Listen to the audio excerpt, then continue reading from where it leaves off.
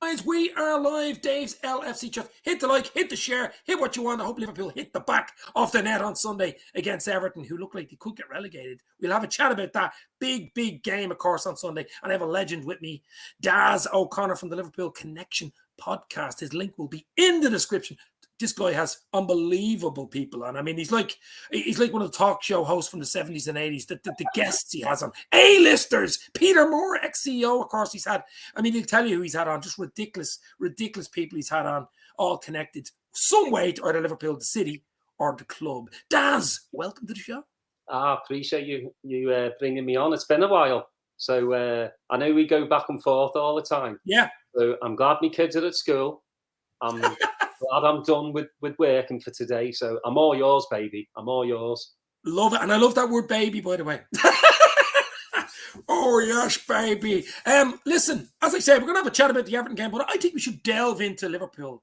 It's just unbelievable. I mean, we've seen Liverpool in the 70s and 80s. This is giving our age away here, by the way. And this team, as I said to you earlier on, is just different level. I'm not even talking individual players like Thiago, like Salah, the front three. There's too many to mention. But I'm going to give a shout out because I'm being touched on the shoulder here. My daughter Abigail is watching this show live downstairs. They might be screaming now in a minute. With her three mates, they're over having it's a lovely day over here in Dublin actually today. So I better give the Rats group. The Rats group. That's the name of the gang. Sounds good actually. The Rats group of Lily, Abigail, Emma, and Ruby are watching the show live. So I'm sure they're delighted, and they're all big Liverpool fans as well. So congratulations to them. Keep the noise down, though. Keep the noise down. Keep the noise down, girls. I can hear them screaming already. But Daz, anyway, listen. Back to Liverpool. I mean, the other night, 9-0 aggregate over two legs against United. Our biggest rivals, to be fair. You know, it's a game I hate nearly. It's nearly a trepidation. It's one of those games I used to hide underneath the bed to watch or hide in the wardrobe. Like The Lion, the Witch, and the Wardrobe. But I mean, it's different levels we're reaching now. It's intergalactic, isn't it? I mean, it's just, what do you make of the current team? Never mind Klopp. I mean, what's going on? Well, it's been coming, hasn't it? I mean, for 5 seasons, just better and better. And I just go back to last season when we had all these injuries and still made third place. But there was no talk with the pundits about our injury crisis. There was nothing like that. There was always like, why are Liverpool doing so badly? And you're like, if you're a Liverpool fan, you kind of know because we've only got half the team. And Klopp has just moulded this team. Did I ever think the likes of Konaté would just basically can just go straight into the team? So Matip isn't missed. Diaz, what a signing. You've got those grumpy Liverpool fans that were like, we need signings, we don't have a squad. And then we buy Diaz, right? And then all of a sudden, we've got this amazing squad. One player doesn't make a squad, but Diaz came in at the right time because, we were missing Keita, Salah, and Mane at the AFCON. So Diaz fitting in straight away just blew my mind. It's like he's played for Liverpool for 4 years. I think Diaz has been a catalyst for us. I really do. I mean, if doom, I don't know. Look, there's doom and gloom on Twitter. You know all about it. I mean, the TikTok boys, they'll be out in bloody force. I mean, guys that only follow Liverpool 2 weeks, probably giving out about them that they haven't spent money and haven't done this. Just look at Chelsea. Just look at Man United. Just look around the corner. What's going on at other clubs and don't be worried about it. Liverpool, the best well-run club in the world, probably the best by FSG. Listen, FSG have had the problems. They've had issues. We know all about them in the last 2 years. But I think in general, if you bring it into a package, I think they've been very good for the club. But Diaz, as you say, and there wasn't much of an inkling there. I know the Spurs issue where they came in and were putting a bid in and Liverpool had to jump because we've been obviously watching them. It isn't something Liverpool don't just think about someone next week and buy him the following week. It's usually the committee we have. It's usually 18 months in the works, 12 months in the works before we jump. But I just think, as you say, he just melted into the bloody squad. I mean, he's like your man in Terminator that turns into fucking, plutonium or something. He just melts through the wall nearly. It's just like he's been there forever. That big smile on his face. Wow. He's like Suarez without the teeth. Without the bite. I mean, you can see he's a fighter. You know, he'll fight to the death for this team, and that's the big gulf that you see with Man United and Everton and Arsenal. Klopp and the scouting team know how to put these players. It's not just about how good they are. It's about, do they have a good family life? Oh, You know, it's everything. And Klopp is, I mean, he's probably got maybe one or two a bit wrong. But very rare. Out of the transfers, you know, I'd rather have a Canute every single season than 3-4 other players that aren't going to make it. But in a way, Daz, as well, I mean, you mentioned Matip. I mean, Matip has been a cornerstone for us. I know he's had injury issues, and it's probably what's held him back. Thiago with injuries coming as well, and he looks like he's just getting to the world-class level, which we always knew he had, but we're hoping that those days hadn't gone. Do you know what I'm saying to you? Because, I mean, what is he, 30 now? So you're saying, geez, maybe we bought him and he's on a downward spiral, and all of a sudden you can't leave him out of the bloody team. So you've Matip and you've Thiago going into different levels. You've Canate, he was only 22, I believe in Colossus. I mean, what is he, 6'5"? He makes Van Dijk look small. He's ridiculous. So he can step in. So what we have is players can step in, 2 or 3, 4 players can. Naby Keita is another one who injuries was a problem, and looks like because we're controlling him, he's not playing every week. There's no drop-off. That's the difference with Liverpool now. The bench is just unbelievable. People, you know, people laughed at us when we spent so much for Van Dijk, the best defender in the world. Well, I mean, you know, other people say Maguire is, but you know, that's just a laugh. You know, we got Simicast, what, 20-something mil, and he's the second best left back in the world. I mean, it's seriously, so fucking ridiculous. It's ridiculous.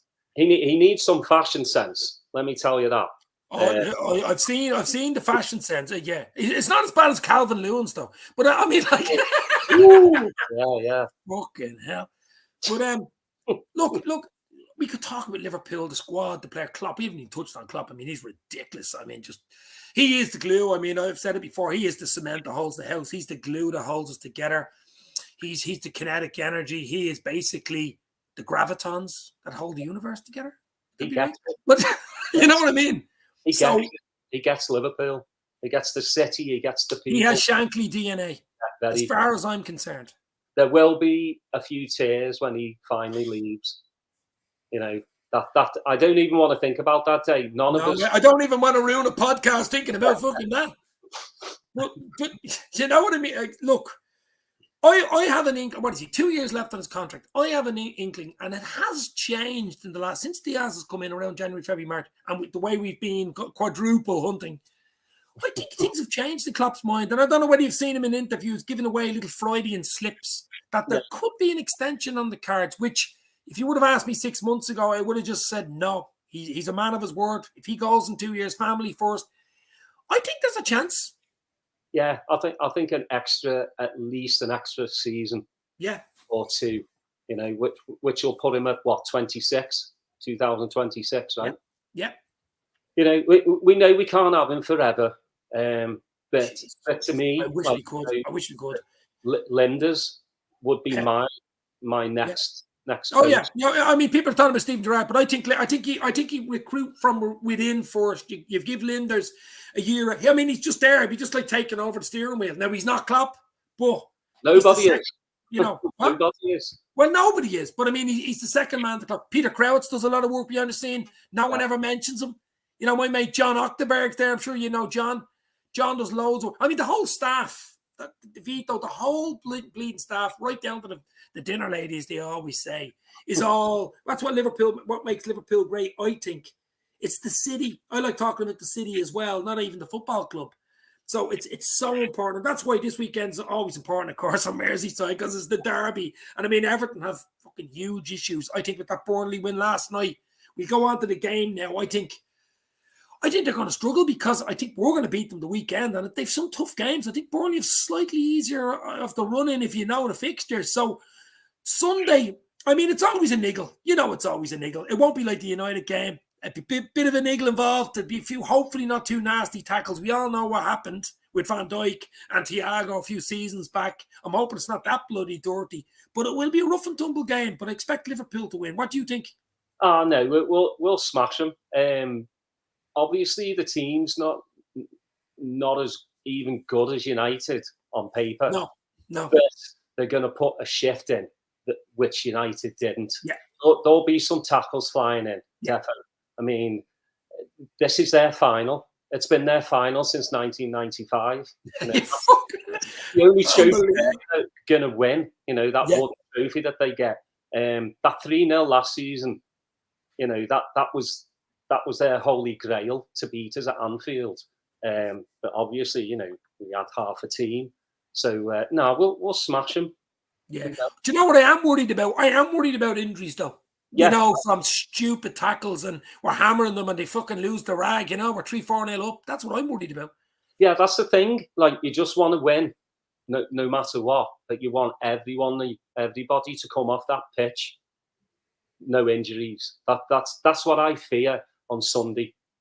Yeah, that is the only fear. I mean, obviously complacency, but this team don't do complacency. Klopp doesn't do complacency. I mean, we should be beating Everton all day long, as Lionel Richie would say, all night long. But I mean, for me, I think we will beat them. I think it'll be a bit more of a struggle than it was again. United was a fucking 5-a-side, let's be real.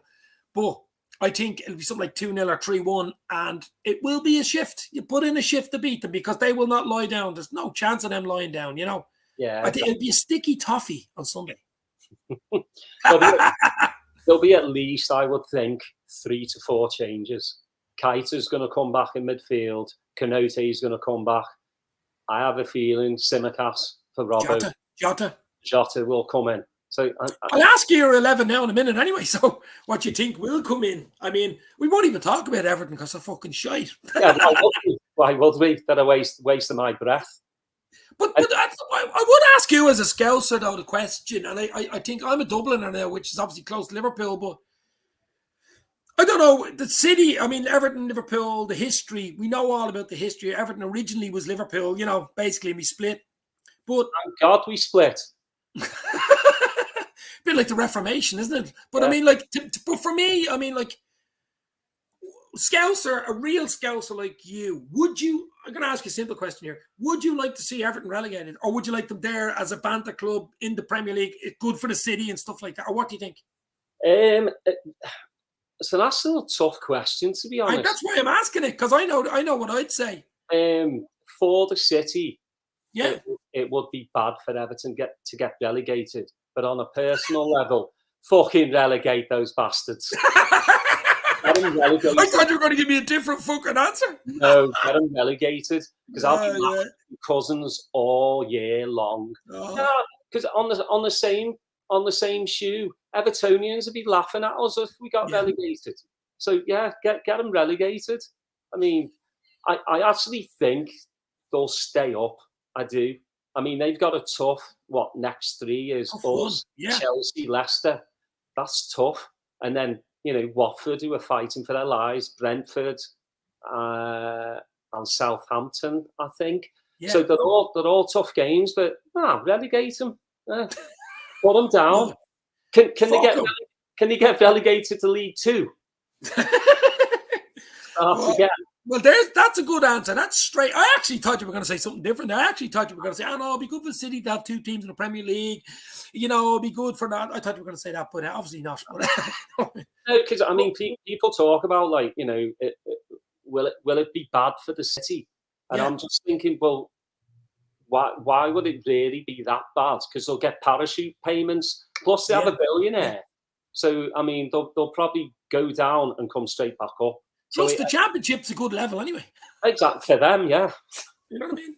Yeah. I mean, look at Norwich. Norwich made more money from being parachuted up and backwards and forward than being the mid-table every year in the Premier League. Yeah, just get them out of my life for this season. I love it. And listen, it'll help if we can beat them on Sunday, of course. That will be another nail in the coffin. But so yeah, give me your 11 for Sunday. What do you think Klopp will do? Because we Villarreal then midweek, don't we? Yeah, exactly, on Wednesday. So I think he's going to keep the big guns. To me, Trent and Robbo on the sidelines. I just do. So I'm going Alisson, Van Dijk, Matip, no, Kanote, sorry, Gomez. I know that's a shout. You're gonna take out the fullbacks, yeah? Yeah, I think so, because it's Everton. The shit. I want to count how many times we say the word shit on this show. About 15. You're on 15. Imicas. I'm going to go Keita, Jones, and Fabinho, and then up front Salah, Mane, and Jota. Yeah. Okay. Yeah. Well, look, Bra must win games for us anyway, so we just got to win it no matter what happens. No matter. I don't want any injuries. I take 1-0 now. I take 3 points, and it's not about performance. It's about the result. I've been saying this for fucking weeks. Sometimes we get the performance like the United 4-0, but sometimes we just get the result. You know, we got the performance and result, you might say, against City in the 3-2 in the FA Cup, but I think he will make changes. Whether he makes that many, Alisson in goal. I mean, Alisson's number one. He has to go in. I think Matip. I think Konate could come back in with Van Dijk because I think he might want Matip for midweek. I can't keep playing him every game, you know. I think Robertson just for his shithousery as well. I think you'd want him in there against Everton. I think that's a possibility. I think he plays Trent. But what I'd like to do is be 3-4-0 up, and then you can make your changes in a half hour with half an hour to go. So I'd start strong just to get the fuckers blown away and then make your changes. I'd have Fabinho in the middle. I'd have Hendo's club captain against Everton. I think he has to play. And maybe Jones or Naby. I don't think he'll play Thiago in this game, considering what happened the last fucking time.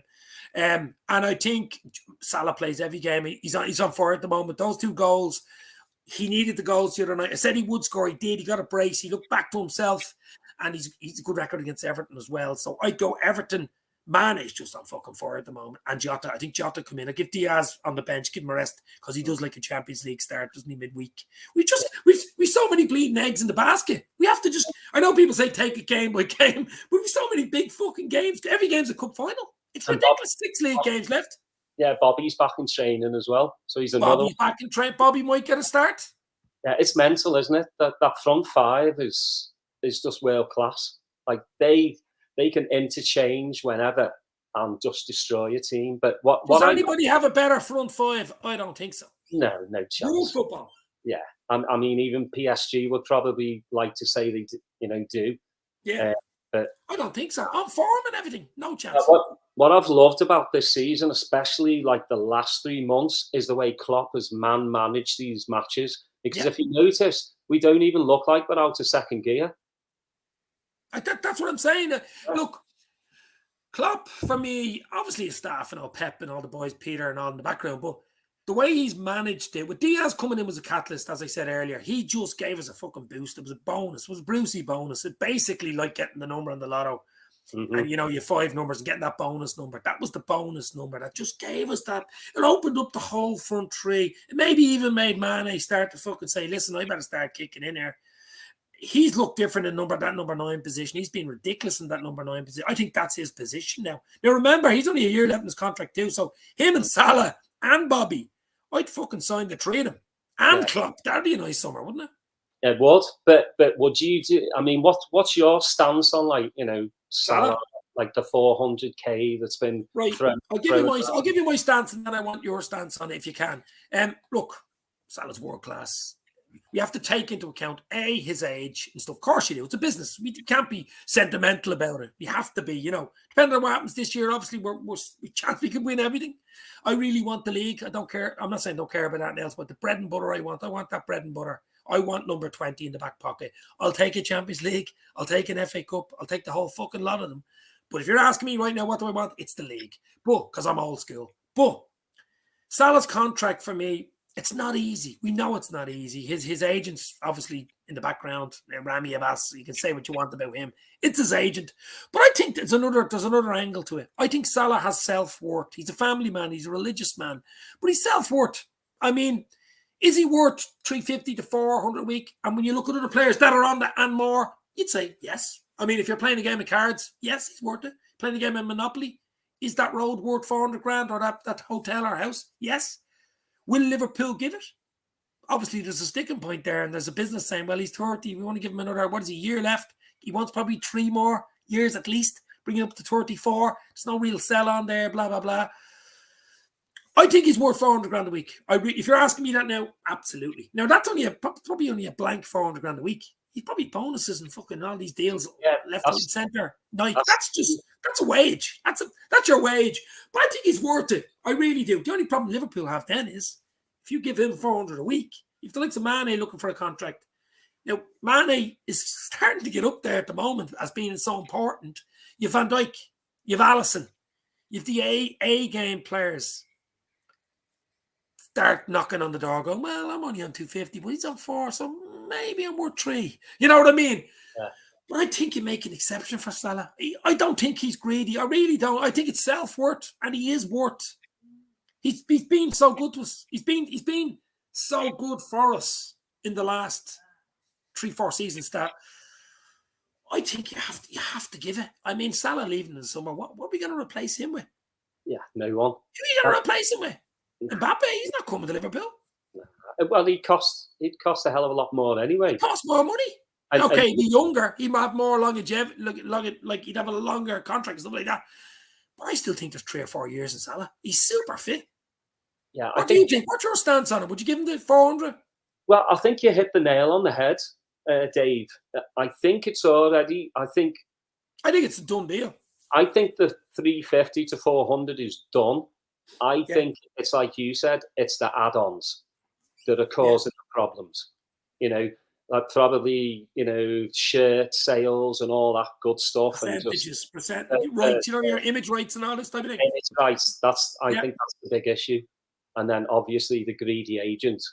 But no, I think he's a family man, and he wouldn't say he wants to stay if he didn't want to. Didn't want it. He's not about money. He's loyal. Listen, he's loyal. I think he's a loyal. Look at him. He, as you said, he doesn't drink. He's religious. He's fucking family. He's always in pictures with his kids and his wife and stuff. And he loves playing football. He hates coming off that pitch. You know that. He just does not want to come off that pitch. He's had a rough year, half a year, getting knocked out of the World Cup by Sadio Mane with Senegal twice. Yeah. AFCON final. So he's had a rough year, and he's probably had to. So I don't think that contract. The way I know his interview was, listen, we're going for a quadruple here. Don't be talking about contracts. We'll sort this out in the summer. Work's been going on in the background. We all know about it. We know about the interviews. I can't see him going anywhere. I see him signing in the summer. I really do. Yeah, I do as well. And I see us either have a feeling it's Bobby that's going to be the one that's going, to be honest. Yeah. Out of the 3, I'd like Mane to sign a contract too, because, he's just giving us that number 9 and he's full of energy. He's starting to pitch him at goals as well. So, Bobby, you could say, is a bit more of a bit part player. He's a year left. Would you let it run down and get nothing for him, or maybe get 20 million for him in the summer? Cavallo's coming from Fulham, who could fill in there. So, listen, we all love Bobby. Let's be real. I'm sure you love Bobby as well. We'd all love everyone to stay. But business-wise, do you think Liverpool will keep the 3 of them? I don't know. Nah, I mean, again, out of that front 3, you would never let Mane or Salah go. You just wouldn't. They're the priority, unfortunately, at the moment, aren't they? Well, they score the goals. I mean, yes, Bobby does the link-up play, but now, you've got the likes of Diaz and Jota. Yeah. And the young Fulham lad, Carvalho, coming in. Elliott will probably play a few more matches next season as well. So, no, we're loaded up there. So, I think the Salah deal will be done this summer. I'm with you on that, but. Yeah, it is, stepping on eggshells, because the Van Dijks and the Trents of this world are probably going to start going, well, Van Dijk's at what, 200k? I listen. Do you know what? The other thing as well, when you're on Twitter and you're on, because of this game we're in, this podcast game, you hear people talking about wages and what people are on. I don't even know whether that's true.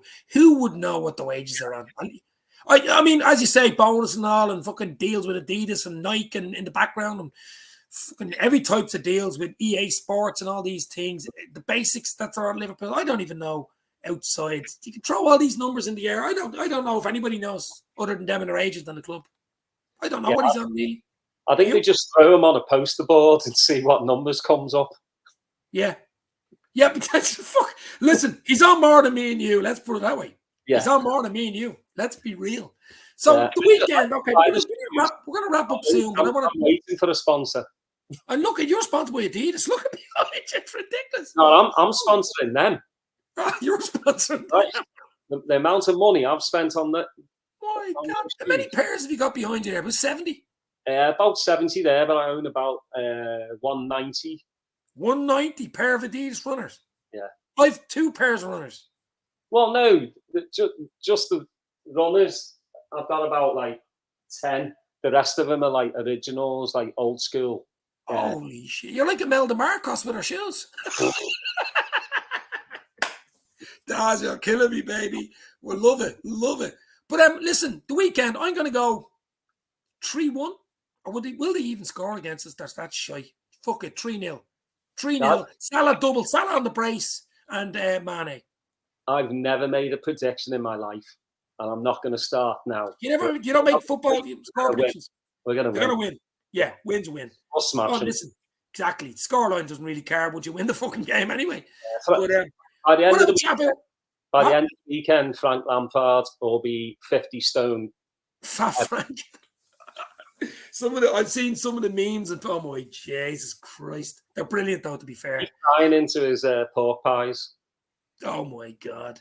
I'll tell you what we're going to do. For the last 2 or 3 minutes, we're going to chat about your channel on YouTube, the Liverpool Connection podcast. Some of the guests, as I said earlier, you have had on have been ridiculous. Peter Moore, ex-CEO. You can chat away where to find you and who you've had on. Go ahead, Daz. All right, everyone. Obviously, like Dave said, myself, my missus, she's the smart one, so she does all the editing and stuff. She's the brains. You're an editor? Wow. Yeah, she does all that. And with my co-host, Steve, who's actually the president of the supporters branch here in Austin, Texas. Yeah. So he co-hosts with me. We've been doing it for about 2 years now. And it just started out. Actually, the first month was a bit of like banter, about the matches and stuff. And I really didn't want it. It kind of bored me because you can get that anywhere, basically, and everybody has an opinion about a match. I was like, I really want to hear stories because growing up, when my granddad first took me in '76, my granddad would waffle on and on and on about Liverpool, this, Liverpool, that, and I would just walk away from him because it just bored the living shit out of me. But now, as you get older, I want to hear those stories. You appreciate it more, don't you? I do. And it's basically a podcast where the guests come on and tell their Liverpool story about Liverpool Football Club. And we've done 115 episodes. Wow. I can safely say that 2 of them have been absolutely shit. And those were the first 2. Because you get it's a lot easier with the camera and with the microphone as you do more and more of them. You don't notice something like smacking in your face. You notice the camera as much. But the guests have been ridiculous guests. Mention some of the guests you've had on. Oh, Jesus. Like Dave said, Peter Moore, Ronnie Whelan, Alan Kennedy, Ricky Lambert, who was a laugh. I've seen that one.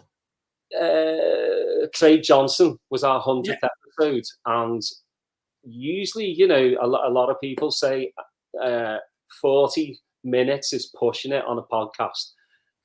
How can you tell Craig Johnson, like, look, 40 minutes is up, we got to go? We did it for like 2 hours, 15 minutes, because I'm never going to tell Craig Johnson to shut up, It was just amazing.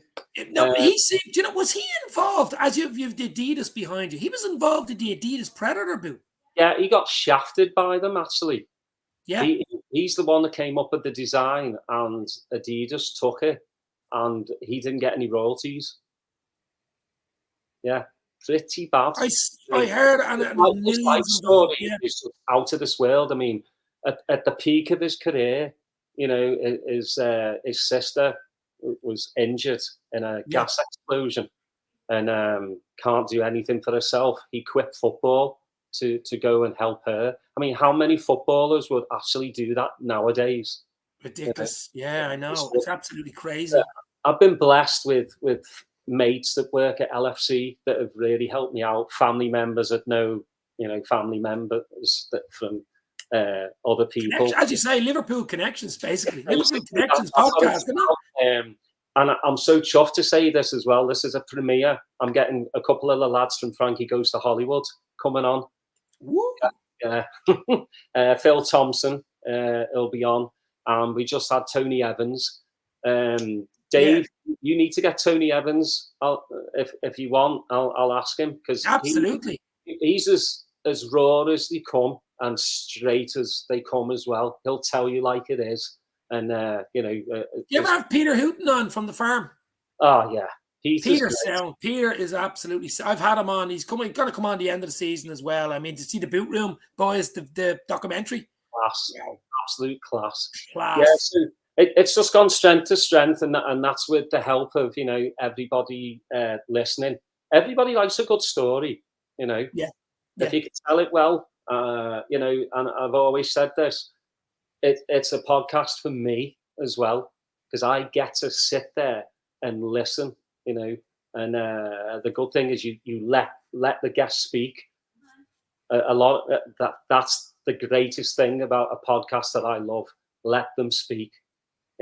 Stop interrupting with shit that you never really want to hear. Just let them talk. Key. That's the key. Yeah, exactly. But you can we're on YouTube at the Liverpool Connection podcast, on Twitter at ATX Red Podcast, and our website atxreds.com. So check it out. We'd love to hear from you as well. If you've got a guest that you think is feasible, which usually in my book it is, because I'll go to the ends of the earth to get them. I'll fucking get on a plane and go back home and bang on the goddamn door until they let me. How do you get there? Oh, yeah, well, you have connections. But I mean, look, for me, it's a hobby. Obviously, I'm following Liverpool since the mid-'80s as a kid, and back here in Ireland, I mean, Dublin and Liverpool have huge connection historically anyway. And it just always was Liverpool over here. I mean, Liverpool and United are the two historical clubs in Ireland, you would say. I mean, Liverpool's following over here is ridiculous. You know what I mean? Nearly fucking one in 3 kids are Liverpool fans here. But I mean, look, for me, I love the stories, as you said. But the key for me in a good podcast and a good interview is actually letting the person you have on, they don't want to listen to you. They want to listen to the guy you have on. Isn't that the key? Somebody, all I like to do is introduce the podcast, ask a few questions, and just sit back and have a cup of tea and listen. That's the whole point of it, isn't it? Yeah.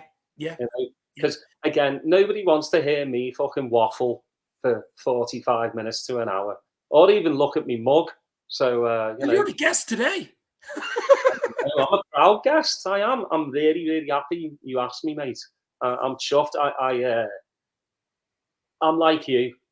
Every minute of the day, I'd love to talk about Liverpool Football Club. Yeah. It's in my heart. It's in my soul. It's in my blood. Especially with a pint. Especially with a pint. Oh man, 1 pint, more 2, 3, 4, 5. Yeah, that's the fucking trick. We'd have to meet up sometime, my friend. God, what a wonderful world we live in. I mean, yeah, not the Ukraine part, but watching this amazing football team, being able to talk about this amazing football team. I mean, again, if you're moaning and groaning about this football team for the slightest thing, not winning 5-0 every goddamn week, you've got a problem, because we are watching one of the best Liverpool teams and football teams I have ever seen in my entire life. Yeah. It's historical. It could be historical. I even think it's historical what we're doing right now, even if we didn't win anything. It's hysterical. Yeah, and it could be a miracle. Jesus Christ.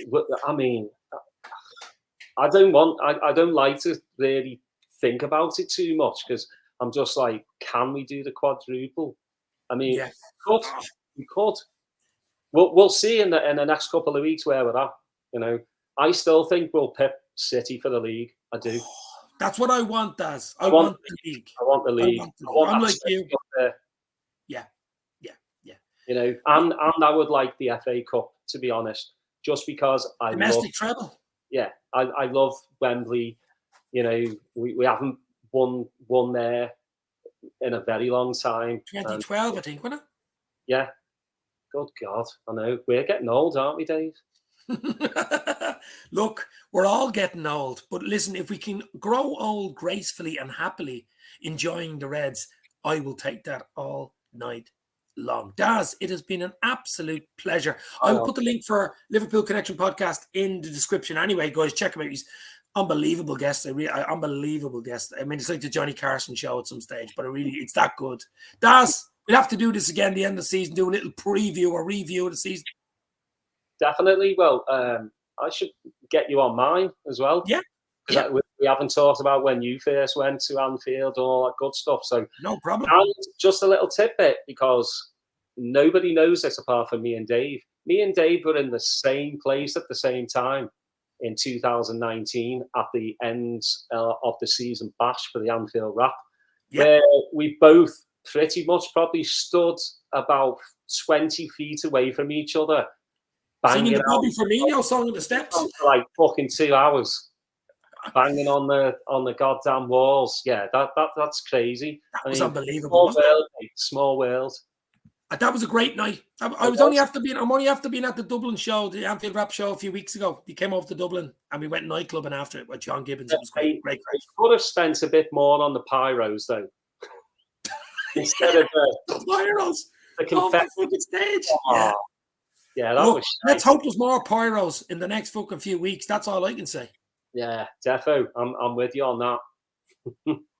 I like what Mitchell Balson's saying here. Right, I'm 32 minutes late. I apologize, but what's the deal with the esteemed guest streaming from the Adidas stockroom?